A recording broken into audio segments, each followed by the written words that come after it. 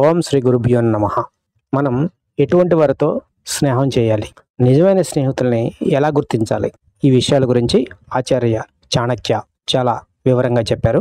వాటిలోంచి కొన్ని విషయాలను ఈరోజు తెలుసుకుందాం. పెద్దవాళ్ళు పిల్లలకు ఈ విషయాలను ఖచ్చితంగా తెలియజేయండి. మనం ఉదయం లేచిన దగ్గర నుంచి సాయంత్రం ఇంటికి వచ్చే వరకు ఎవరు మంచి స్నేహితులు, ఎవరు చెడు స్నేహితులు తెలుసుకోవాల్సిన ఆవశ్యకత ఎంతైనా ఉంది. ఎందుకంటే మన యొక్క స్నేహితులను బట్టి మన వ్యక్తిత్వాన్ని ఎదుటి వాళ్ళు అంచనా వేస్తారు. అందుకనే మంచి స్నేహితుల్ని ఎన్నుకోవడం తప్పనిసరి. మనం చెడు స్నేహితులతో పాటు తిరుగుతూ ఉంటే మనల్ని కూడా చెడ్డవారిగా పరిగణించే ప్రమాదం ఉంది. ఆచార్య చాణక్య చెప్పిన వాటిలో ముఖ్యమైనది, ప్రతి స్నేహం వెనుక కొంత స్వార్థం కూడా ఉంటుంది. స్వార్థం లేకుండా స్నేహం ఉండదు. ఇది చేదు నిజం. ఎందుకంటే మనం స్నేహితులకి ఏదైనా కష్టకాలంలో సహాయం చేసినప్పుడు మనకు కూడా తిరిగి సహాయం చేసే అవకాశం ఉంది. అది ఆర్థికంగా కానీ, సామాజికంగా కానీ, చదువుల విషయంలో కానీ కావచ్చు. ఇది తప్పదు, అందరూ అంగీకరించవలసిన విషయం. అద్దం మనిషి ముఖాన్ని ప్రతిబింబించినట్లే మన వ్యక్తిత్వం మన స్నేహితులని ఎంచుకోవడంలో ప్రతిబింబిస్తుంది. అంటే మనం మంచివాడు ఉంటే మన మనస్తత్వానికి తగినట్టుగా స్నేహితుల్ని ఎంచుకుని వారితో పాటు తిరుగుతూ ఉంటాం. ఇది ఇతరులకు మన వ్యక్తిత్వాన్ని అంచనా వేసే అవకాశాన్ని ఇస్తుంది. అందుకని ఈ విషయంలో చాలా జాగ్రత్తగా ఉండాలి. క్రూర ముఖానికంటే నిజాయితీ లేని మరియు దుష్ట స్నేహితుడికి భయపడాలి. ఒక క్రూర ముఖం మన శరీరాన్ని గాయపరచవచ్చు, కానీ ఒక దుష్ట స్నేహితుడు మన జీవితాన్ని గాయపరుస్తారు. స్టేటస్లో మనకంటే మరీ ఎక్కువ వాళ్ళతోనూ మరీ తక్కువ వాళ్ళతోనూ స్నేహం చేయడం మంచిది కాదు. అలాంటి స్నేహాలు ఎప్పటికి కూడా సంతృప్తినివ్వవు. దుర్మార్గపు ప్రవర్తన కలిగి నిజాయితీ లేని మరియు అపఖ్యాతి పాలైన వ్యక్తితో స్నేహం చేసిన వాడు త్వరగా నాశనం అయిపోతాడు.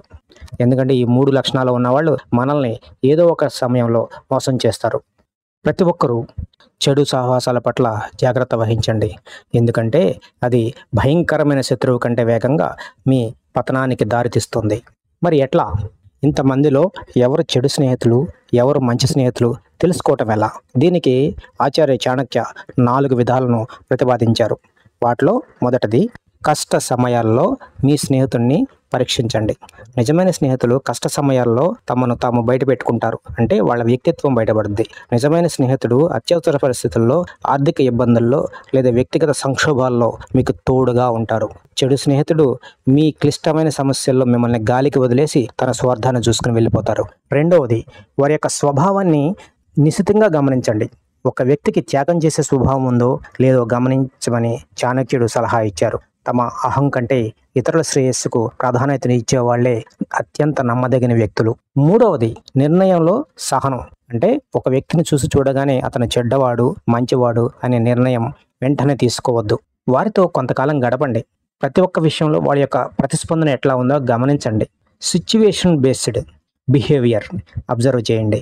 అప్పుడే వారి గురించి మీరు ఖచ్చితమైన నిర్ణయం తీసుకోగలుగుతారు. ఒక వ్యక్తి యొక్క సహవాసాన్ని అంచనా వేయండి. అంటే ఎదుటి వ్యక్తితో మనం స్నేహం చేయాలనుకున్నప్పుడు అతని చుట్టూ ఉన్నటువంటి వాళ్ళు ఎటువంటి వ్యక్తులో గమనించండి. ఆ వ్యక్తుల యొక్క వ్యక్తిత్వమే ఇతని యొక్క వ్యక్తిత్వాన్ని రుజువు చేస్తుంది.